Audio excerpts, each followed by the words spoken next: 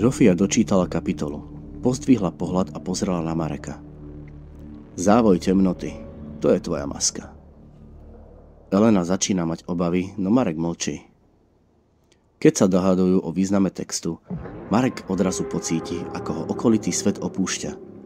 Jeho mysel sa zahálí akoby do hustej hmly. Hlas z kromoka k nemu prehovorí. Hlboký, vzdialený a predsa blízky. Tvoj osud nemusí byť spečatený, Marek. Je tu cesta, ako uniknúť. Ale iba ak si ochotný obetovať to, čo si myslíš, že miluješ. Marek sa snaží vzdorovať, ale skromok pokračuje. Elena a Žofia.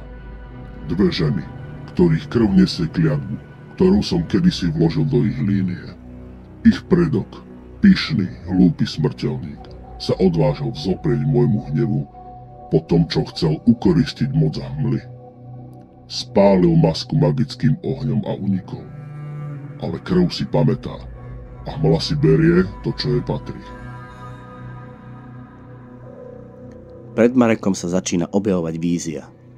Muž s kamennou tvárou, ktorý nesie rozžaravenú nádobu s magickým ohňom. Na okraji lesa stojí skromok. Starodávny a hrozivý. Jeho telo sa prelínalo s tieňmi stromov. Muž hodí magický oheň na zem, kde ho čaká maska. Plamene vyšľahnú a skromok zvrieskne zlosťou. Zatiaľ čo hmla sa rozplynie. On unikol, ale jeho krv nie. Elena a Žofia sú posledné články reťaze, ktorá musí byť pretrhnutá. Daj mi ich a ty budeš voľný.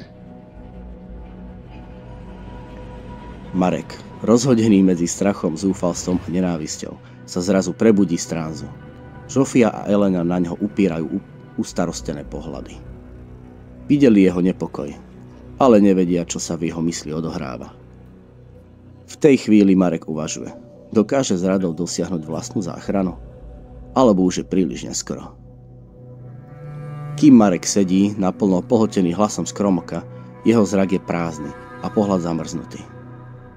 Skromok pokračuje v tichom šepote. Ako z lesa všetko skončí, ak mu Marek neodovzdá Žofiu a Elenu.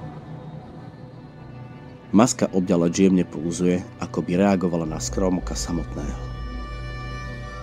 Jakub, ktorý doteraz sedel ticho a pozoroval, si všimne zmenu v Marekovom výraze. Marek sa nezdá byť prítomný. Jeho oči sú sklonené a nevidí, čo sa deje okolo neho. Jakub zdesene pristúpi k Marekovi, chytí ho za ruku. Marek, počuješ ma? Marek sa jemne zachveje, ako by bol zrazu vytrhnutý z hlbokej studne. Z očí mu spadne závoj zahalený v tme, ktorú mu skromok privolal. Medzitým Elena a Žofia stoja pri stole, obklopené knihami a listami plných symbolov, runami a návodmi. Obidve sú vystrašené, nervózne sa pozerajú na hodiny. Čas je neúprosný. Je to možné? Môže byť ešte niečo, čo nám pomôže? Elena chytí Žofíne ruky, ale v očiach sa jej zračí pochybnosť. Žofia je ticho. Potom sa zahladí do strany, ako by premýšľala nad niečím dávno zabudnutým. Možno. Ale na to máme málo času. Musíme byť rýchle. Elena sa zúfalo zamračí a začne opäť prehľadávať staré stránky knihy. No jej oči sa začnú upierať Marekovi a Jakubovi. Všimne si, že Marek je stále príliš ticho, ale Jakub je pri ňom. Žofia si to však nevšíma. Je pohltená do svojich vlastných obáv. Jakub sa pozrie na Elenu a Žofiu. No jeho pohľad potom sklzne k Marekovi, ktorý sa začína zúfalo preberať, ale stále nie je úplne prítomný. Jakub sa k nemu nakloní, nervózne ho chytí za rameno a pošepne. Marek, čo sa deje? Vidím v tvojich očiach niečo, čo nie je v poriadku. Marek sa zhlboka nadýchne, snaží sa byť presvedčivý, ale v jeho očiach sa zračí strach.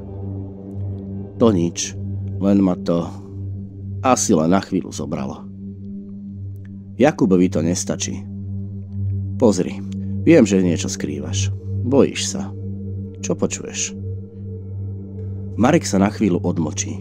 Jeho oči sa zúfalo rozšíria, keď sa mu zjaví obraz Kromoka v mysli. On hovorí, že ak... Marek sa náhle zamkne, ako keby si nevedel dať dokopy vlastné myšlienky. Jakub začína byť ešte viacej znepokojený. Marek sa zahľadel na Jakuba. Jeho oči plné zmätku a zároveň hlbokého strachu. Ticho sa šíri medzi nimi. Marek, povie Jakub s vážnosťou v hlase. Čo ti vlastne povedal? Marek sa nakloní, jeho hlas je tichý, no naplnený temným obsahom. Skromok. Ponúkol mi to, čo by nikto nikdy nemal chcieť. Povedal mi, že ak Žofiu a Elenu odovzdám, môj osud sa zmení. Budem voľný navždy.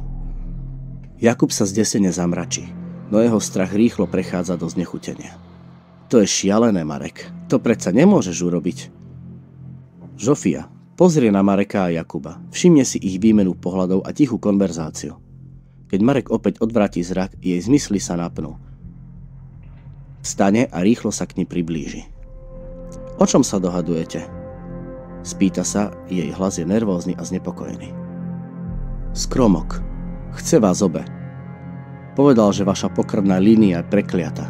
A ak vás odovzdám, moje utrpenie sa skončí, povie Marek, ale v jeho očiach sa zračí neistota. Žofia sa zamračí, jej tvár sa napne a na okamih sa zdá, že stratila slova. Potom ako by ju niečo prebralo. Marek, ty si nevieš, čo je pravda a čo nie. To, čo hovoríš, znie ako bláznovstvo. Skromok ti zobral rozum. Elena sa znepokojene pozrie na Žofiu a potom naspäť na Mareka. Marek sa zhlboka nadýchne, ale v očiach je stále zmes strachu a neistoty. Žofia, prosím, Marek sa obráca k nej s prosbou, no ona ho preruší. Nie! Ty si úplne stratil kontakt s realitou. Po tom všetkom, čo sme prežili, teraz nám tvrdíš, že sa vzdáš našich životov? Marek sa zúrivo nadýchne. Jeho prsty zovrú masku, ako by to malo zastaviť tieseň. Nechápeš, čo mi hrozí. Skromok ma úplne pohltí. Už nie je cesty späť. Nie, to je tvoj strach, ktorý sa z teba snaží spraviť otroka. Žofia zakričí. Jej hlas je plný zúfalstva. To nie je Skromok, to je tvoja slabosť. Chceš nás obetovať, aby si sa zachránil. A čo mám robiť, Žofia? Marek sa rozčúli. Ak sa nedám, všetci zomrieme. Ty, Elena, aj ja. Nikto z nás neprežije. Ale ak to spravím, aspoň budem mať možnosť uniknúť. Tak to nie. Ak sa vzdáš svojej ľudskosti, staneš sa tým, čomu sme sa všetci snažili vyhnúť. Žofia sa postaví rovno pred Mareka a jej oči sú plné výčitiek. V dusnej atmosfére, ktorá stále narastala, svetlo hádzalo tancujúce tiene na steny. Marek stal oproti Žofii, jeho hlas naberal na intenzite. Nemôžeš mi hovoriť, čo mám alebo nemám robiť. Žofia sa ani nepohla. Jej oči, hoci mierne unavené, ostali tvrdé ako kameň. Myslíš si, že rozumieš tomu, čo sa tu deje? Vieš len zlomok, Marek. A už teraz sa správaš ako blázon.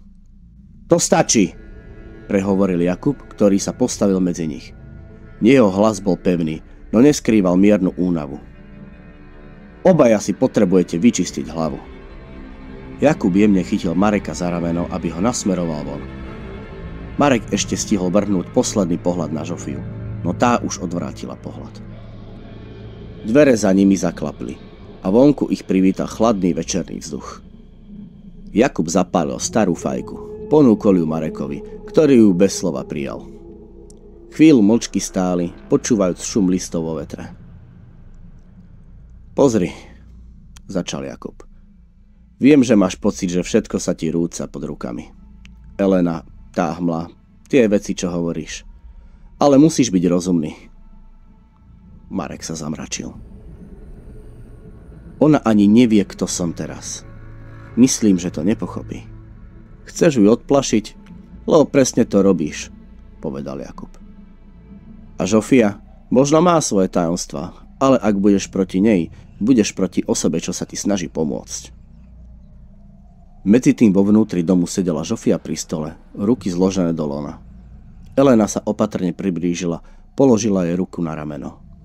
Babka, Marek by ti neublížil. Vieš, že nie je taký. Žofia si vzdychla, jej pohľad smeroval na tancujúce plamene v krbe.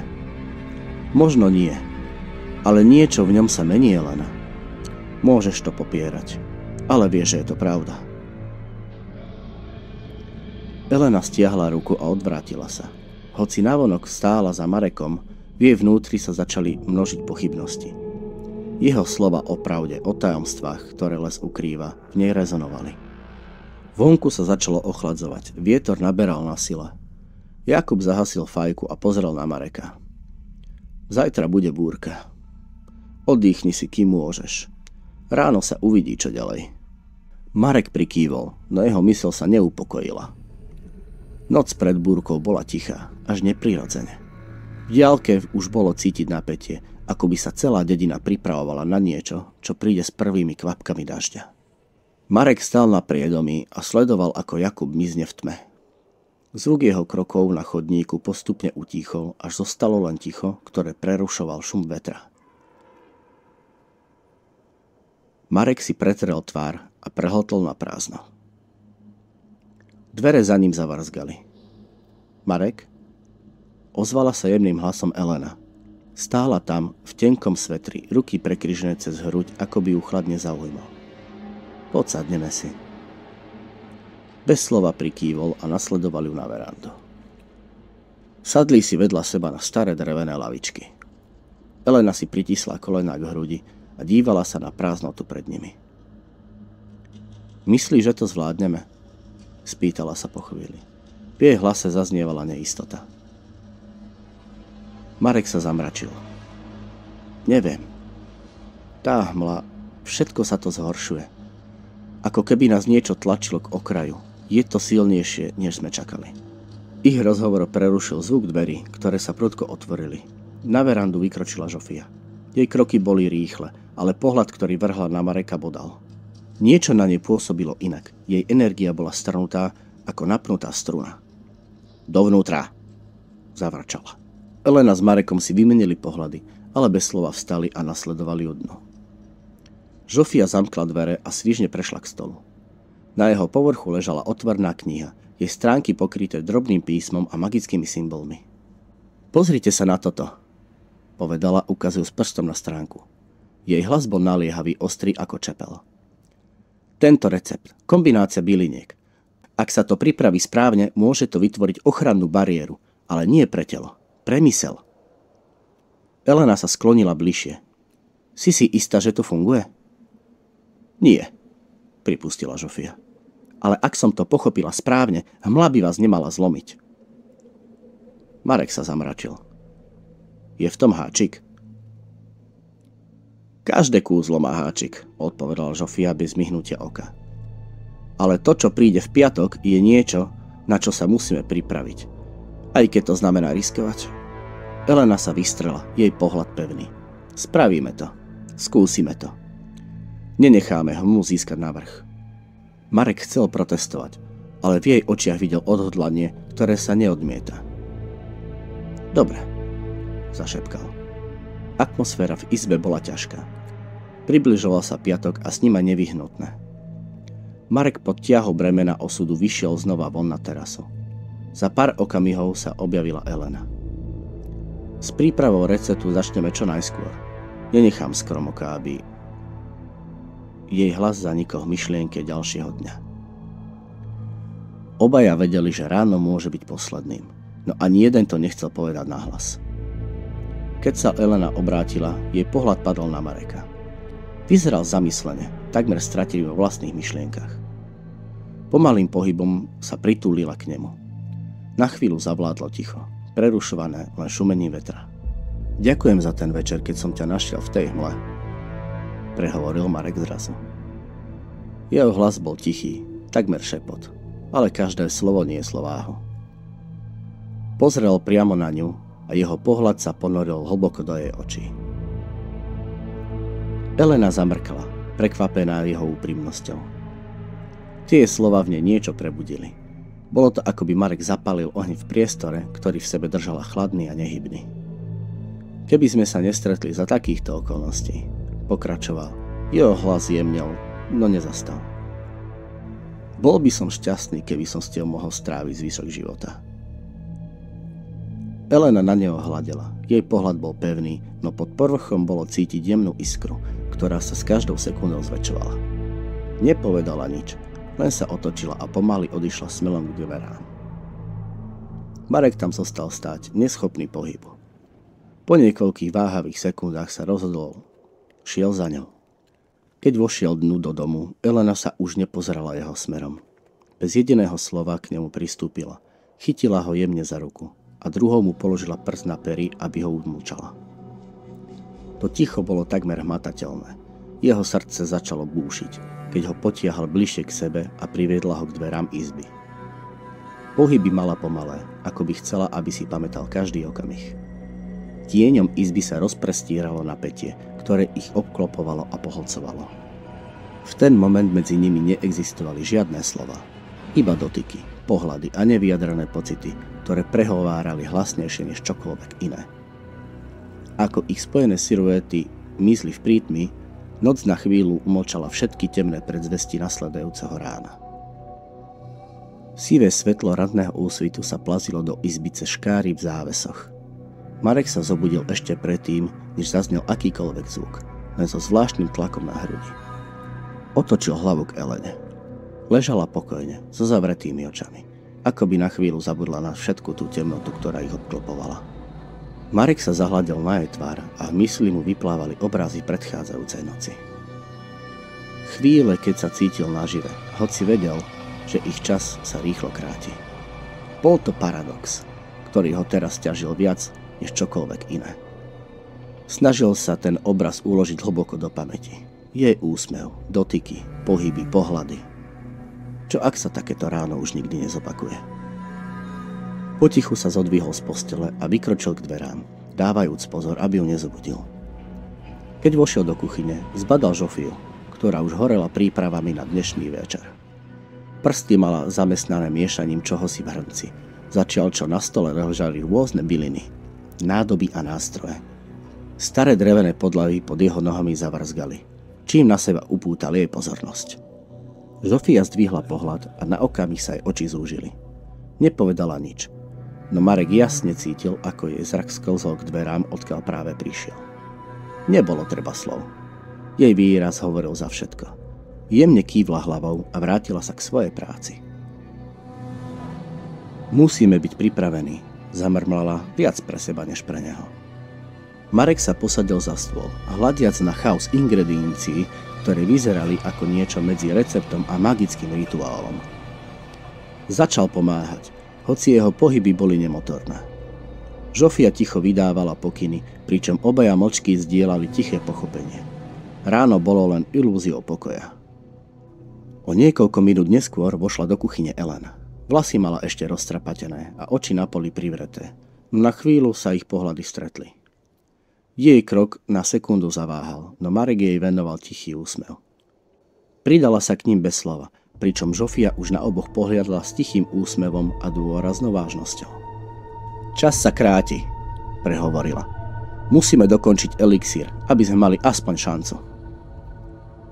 Nasledovala horlivá práca, váženie byliniek, šľahanie tekutín a prísne dodržiavanie receptu, ktorý Žofia čítala z knihy. Atmosféra bola dusivá, každé šuchnutie a zavrzganie domu ako by zosilňovalo napätie. Keď bol elixír takmer hotový, Marekové oči padli na masku ležiacu na poličke. Ticho sa natiahol a vzal ju do rúk. Chlad jej povrchu mu prenikol až do dlani, ako keby ho sama na okamih odmietla. Na chvíľu znehybnel a úprene na ňu hľadel. Čo ak to nie je správne? Prerušil ticho. Jeho hlas znel napäto. Čo ak sme celú dobu išli zlou cestou? Žofia sa na ňo ostro pozrela. Nie je čas na pochybnosti, Marek. Táto maska nie je len tvoj osud. Je našim pochopením, kto vlastne Skromok je. Marek stiahol ruku, no masku stále držal. Cítil jej váhu. Nebola to len váha predmetu, ale všetkých rozhodnutí, ktoré viedli až sem. Napätie v miestnosti rastlo. Každý pohľad, každý pohyb sa stával stále ťažším, ako by sa neviditeľné vlákna osudu začínali pliesť čoraz pevnejšie okolo nich všetkých. Elena sa mlčky presunula k Marekovi, položila mu ruku na plece. Verím ti, zašepkala. Tie dve slova boli jednoduché, ale ich význam prelomil jeho pochybnosti. Ráno pomaly ustúpilo, no napätie stále viselo v kuchyni ako ťažký opar. Marek, Elena a Žofia sa nachádzali uprostred príprav, byliny, nástroje, pripravovali posledné fázy. Aj keď sa zdalo, že všetko je pod kontrolou, prišlo niečo nečakané. Tiché zaklopanie na dvere. Oči všetkých troch sa okamžite stretli, keď si uvedomili, že nikto nečakal návštevu. Vzduch stuhol. Marek zamlmlal niečo, čo nebolo úplne zrozumiteľné, a vstal. Kto to môže byť? Elena sa otočila k Žofii, ktorá zvraštila čelo a na chvíľu sa na Mareka neisto pozrela. Otvoril dvere a za nimi stál Jakub. Nebol úplne tak, ako si ho pamätali. Jeho pohľad bol znepokojený, ako by mal na srdci niečo, čo ho ťažilo. Čo tu robíš? Spýtal sa Marek, no hneď vedel, že odpoveď nebude jednoduchá. Musel som prísť, odpovedal Jakub znepokojene a vošiel dnu bez ďalších otázok. Niečo predsa musíme dokončiť. Keď sa Jakub zapojil do prípravy, Marek sa zamyslene pozrel na masku. Napätie v miestnosti stúpalo na maximum. Jeho prsty sa pritlačili na studený povrch masky. Zrazu sa zhlboka nadýchol a povedal: Má pokazané runy. A Radovana to stálo život. Žofia a Elena sa obzreli po Marekovi, zaskočené jeho slovami. Odkiaľ to vieš? Opýtala sa Elena ticho. Jej hlas zaznel najprv podozrievavo, ale aj s náznakom strachu. Mal som sny. Sny o minulosti. Sny o nositeľoch týchto masiek. O Skromokovi.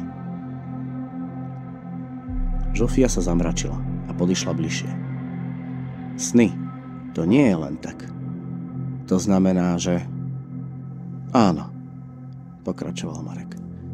Vidím veci, ktoré sa stali, ale neviem, či sú skutočné, alebo len... Ticho na chvíľu naplnilo miestnosť, keď všetci traja uvažovali nad Marekovými slovami. Jakub sa sklonil nad masku a pozorne ju preskúmaval. Musíme nájsť spôsob, ako ju opraviť. Niekde musia byť odpovede.